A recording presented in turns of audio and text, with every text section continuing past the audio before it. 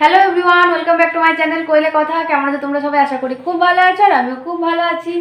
এই লাস্ট 1-2 দিন হলো একটু টেকনিক্যাল প্রবলেমের জন্য ভিডিওটা আপলোড করতে পারছিলাম না। মানে ভিডিও তো প্রত্যেক দিনই যাচ্ছে, কিন্তু শর্টসে তোমরা অবশ্যই শর্টসগুলো কিন্তু গিয়ে একবার দেখো, কিন্তু রেগুলার যে ব্লগটা দিই সেটা দিতে পারছিলাম না।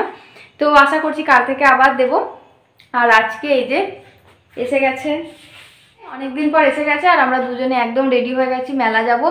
আর 2-3 দিন ধরে তো মেলা স্টার্ট হয়ে গেছে, শান্তিনিকেতনে পৌষ মেলা, তোমরা সবাই জানো খুব বড় করে, মানে বেশ ভালো কন্ডিশনই হচ্ছে। আবার আগের মতনই শান্তিনিকেতনে মেলার মাঠেই হচ্ছে। তো 2-3 দিন শুরু হয়ে গেছিলো, কিন্তু ও ছিল না। তারপর আমিও বাবার কাছে দোকানে যাচ্ছিলাম, আজকে দোকানে একটু কাস্টমারটা কম আছে, সেজন্য আমিও তাড়াতাড়ি বাড়ি এসে গেছি আর ও এলো। তো এবার চলো বেরোবো, এবার চলো যাই মেলা, আর কী কী করি না করি তোমাদের সবটাই দেখাবো।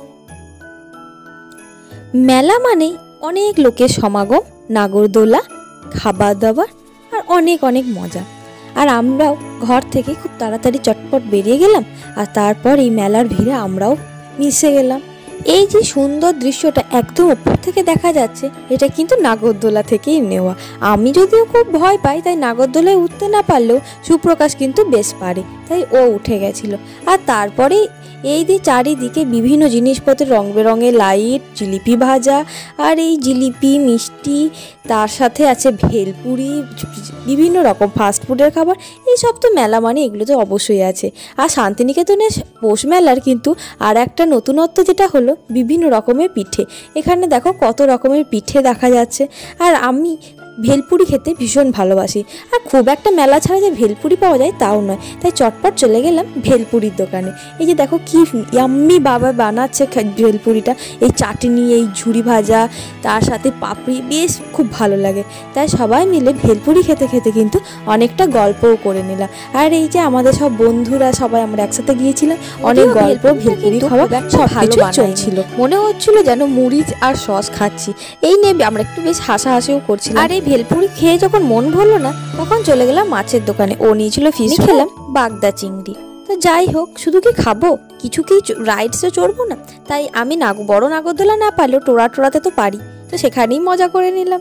আর এরপর সবাই 2-4 জনে খুব মজা করে গল্প করতে করতে বাড়িও ফিরে গেলাম।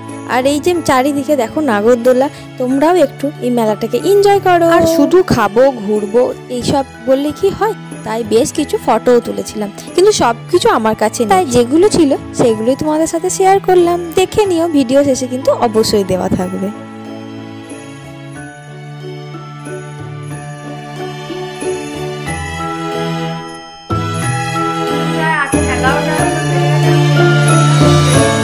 খাবার উপরেই নিয়ে এসে গেছি, রুমেই খেয়ে নেবো। এই যে খাবার সব রুমে নিয়ে নিয়েছি। মাটনটা তো দিনে বানিয়েই ছিল।